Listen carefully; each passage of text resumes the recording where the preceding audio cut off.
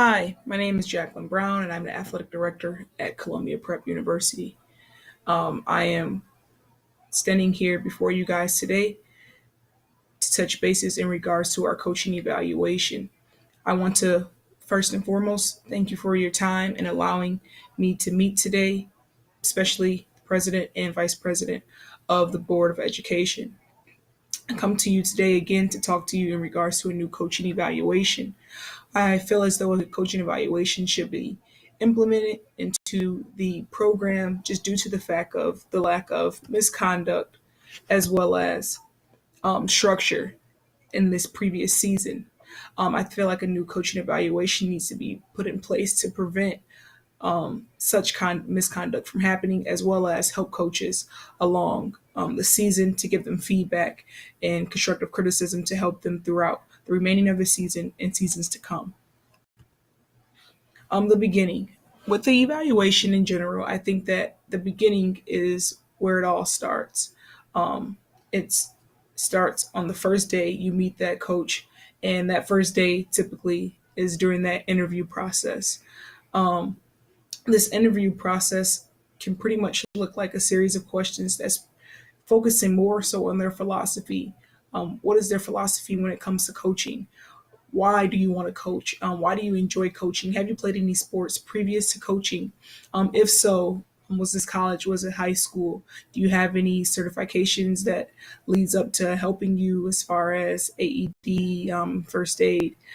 Do you have any outside certifications, maybe concussion certifications? Maybe you've taken up something outside of outside of coaching. Maybe you're a physical education teacher, maybe you taught science, something that kind of sparks to really get that identity and see who they really are as a person, both on and off of the field.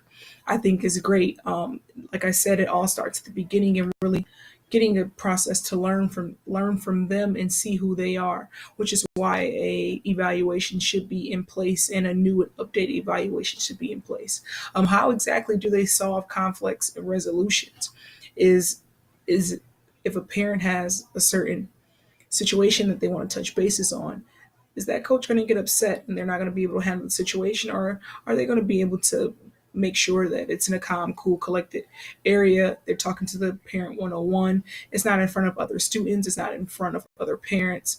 Making sure that the parent's best interest is at heart, as well as the students as well, student athlete as well too. What's their goal? What's their mission for the season? It's not just always about winning. Do they see a youth development and a process in it? So this is where that evaluating them from the beginning and that interview process, and then from there learning more and more about them as time comes. During the season, there's two different evaluations that you want to conduct, which would be the preseason meeting, as well as the athletic director evaluation. During the preseason meeting, this is a time where you got to hear their perspective and what their philosophy is during the interview process, and which is to why you hired them in the first place. But now you get a chance to tell them, well, this is our philosophy. This is how we do things here at the school. And this pretty much allows them to see why they got hired in the first place, because somewhere during that interview process, your philosophy and their philosophy in line together to come together to know that you have the same thought process that we have, and which is at the end of the day is youth development and developing our children both physically, mentally, on and off of the field. This is also a time to let them know our dues and our fees. Pretty much you have to pay to play. End of the year awards. This would allow the coach to keep in mind at the end of the year, I have to pick a MVP, most improved player, most as far as sportsmanship, who's been there, who's been encouraging the team, whether it's a win or it's a loss. Codes of ethics, emergency numbers. Do you have numbers for athletic trainer, the athletic director, assistant athletic director, all of the other coaches that are also and the many different sports that we have, as well as our transportation information. If the bus isn't here, who are you going to contact? This would allow us to really get uh, a feel for the coach and seeing how responsibility plays a role. And that comes part of being able to evaluate them and say, when When the bus wasn't here, did this coach take responsibility? They didn't wait 20, 30, 40 minutes before the game. They called them right away. Hey, where are you? What's going on? Their timeliness, their fashion. Also, it's a time to cover, uniforms, practice, and game schedules. Pretty much things that are expectations for the coaches, so they can hold those same expectations for their future players. And most importantly, again, we're just stating our philosophy and letting them know what we want as a team and as a coach each and every year, so they can do the same exact thing. Our coaching evaluation will typically incorporate four different parts, which would be our player development, our coaching style, and our game and practice organization, and then feedback and improvements. Player development is pretty much how have you taken your team from one place to another. That can be at the beginning, they pretty much weren't as good as far as dribbling, or maybe they didn't know the fundamentals of soccer or techniques to football or whatever the case may be. Now they have advanced. Maybe if it could be only the smallest advancement that you may have seen, but it's an advancement in general. Maybe you didn't win as many games, but your team, they learned to play together, they learned to come together and work from there, besides to make a better team for years to come. Coaching style. How do you coach when you're under pressure? You're winning the game. Do you give up? We look for those signs. How exactly do you handle coaching when it comes to conflict and resolutions? If a game is going on, you feel like a play was called and you didn't like that play. How does that coach handle that? That pretty much rolls over into how the players will handle it as well too. They see their coach does one thing, they're going to want the player is going to think that they can do that as well.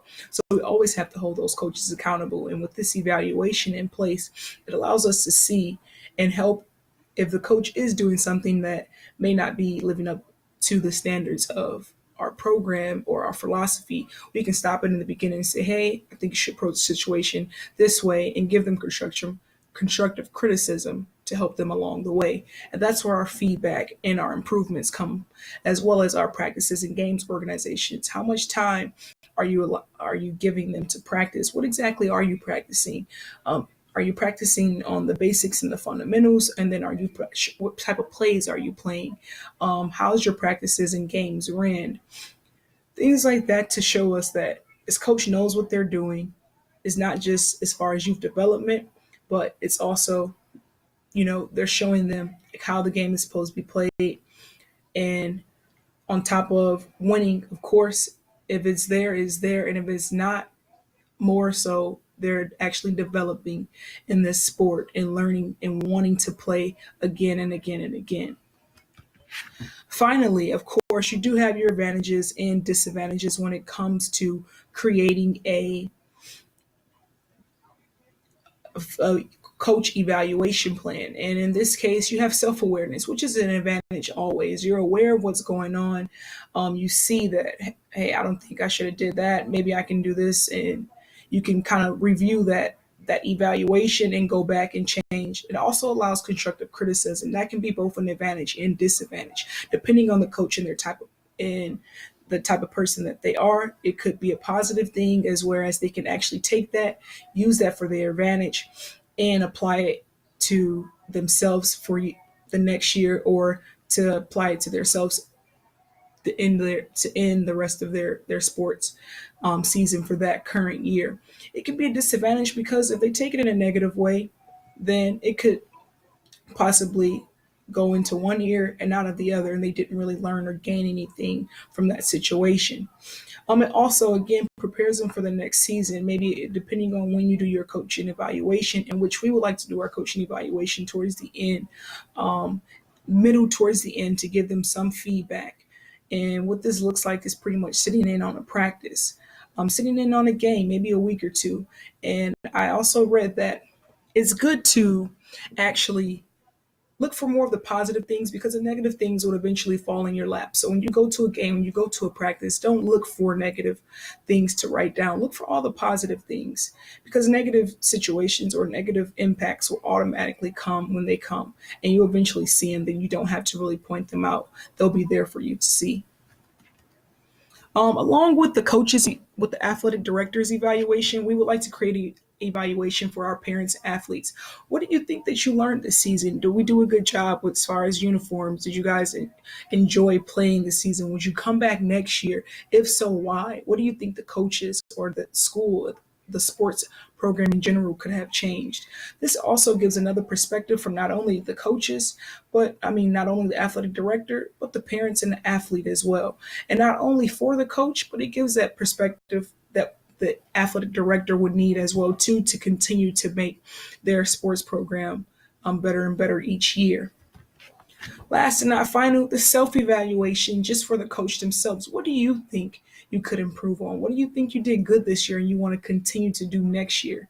What are some things you've done for the team that maybe the athletic director may have missed or not have noticed during the time we do as athletic directors?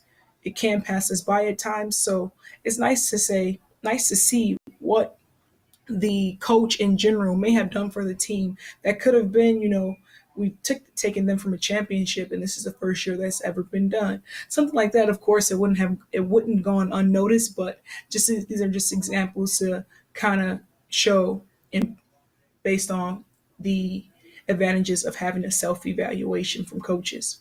This pretty much wraps up everything. I want to thank the board again, the president, the vice president, and everyone else here for listening. And I hope that after this, we can implement a new and updated coaching evaluation. Thank you for your time. And if you have any questions, I'm here to answer.